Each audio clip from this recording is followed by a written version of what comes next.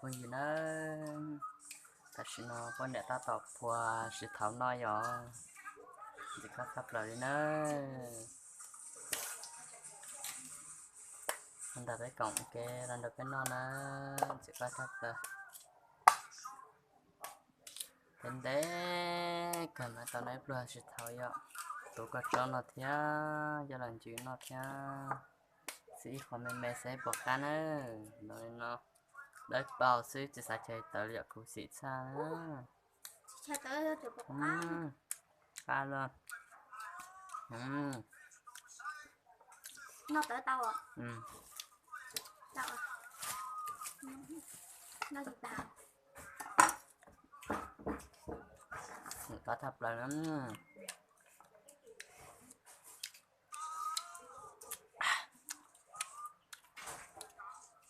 đấy nó chỉ thầu nữa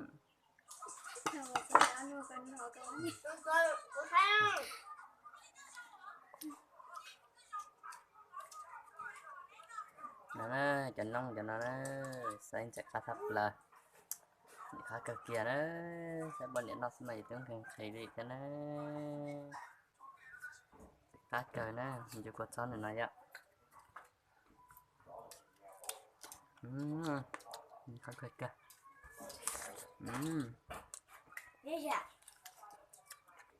nó làm ra cái cộng nó xịt tháo vậy và nếu muốn cho nó hù đi chán á nó vừa xịt tháo như vậy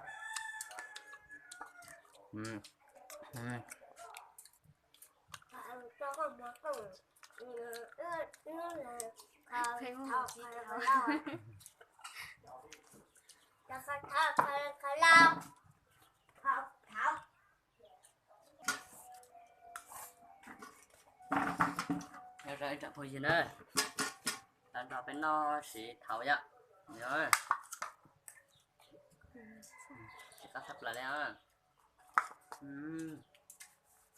cái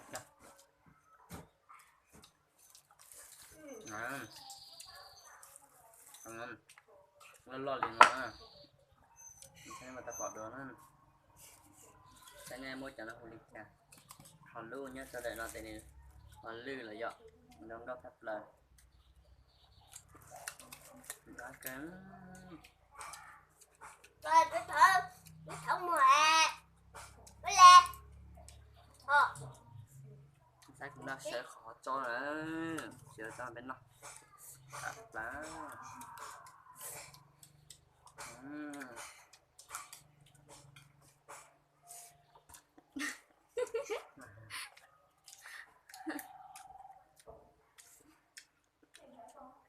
cách cười chưa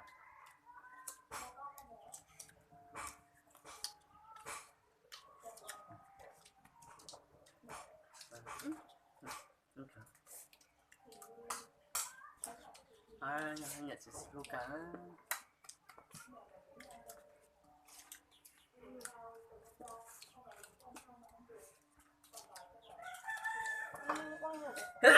Nguôi chả hay chả hay ạ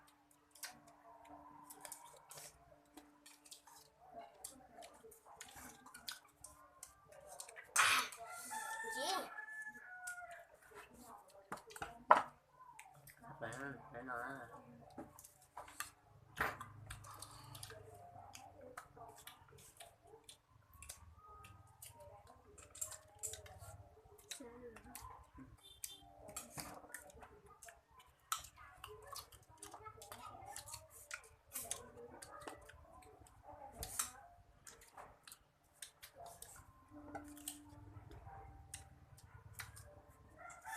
bữa trên nó chơi là lò lửa chỉ bỏ cá quá chín á giờ không chín nữa là dạo đi nó lót gì nó thứ na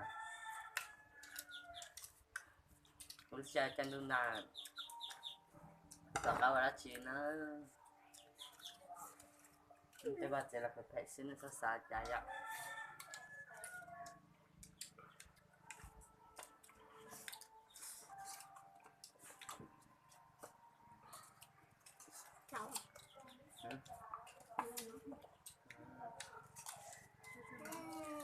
cool cơ thế đó giờ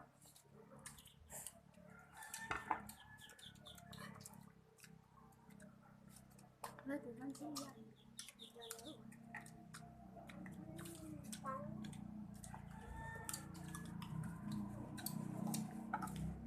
thật là ai đặt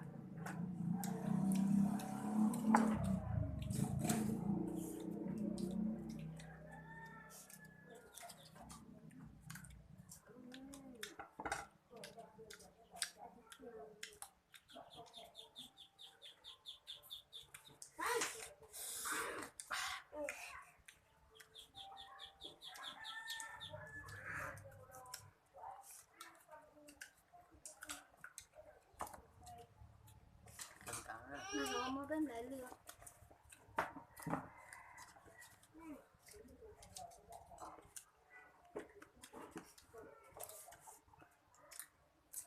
Wow. chà Cực kỳ. to quá rồi đặt lại cho cái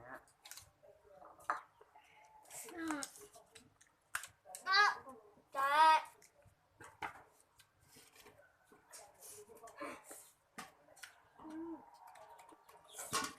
Gì vậy ta có khâu?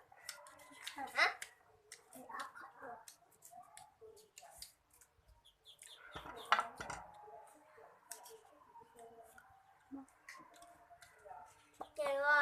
Trời ơi.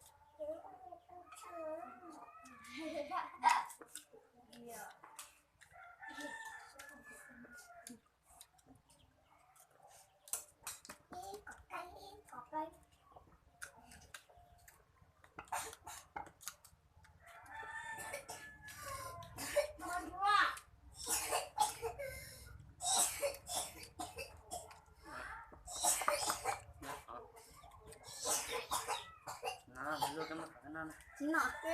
nó kịp rồi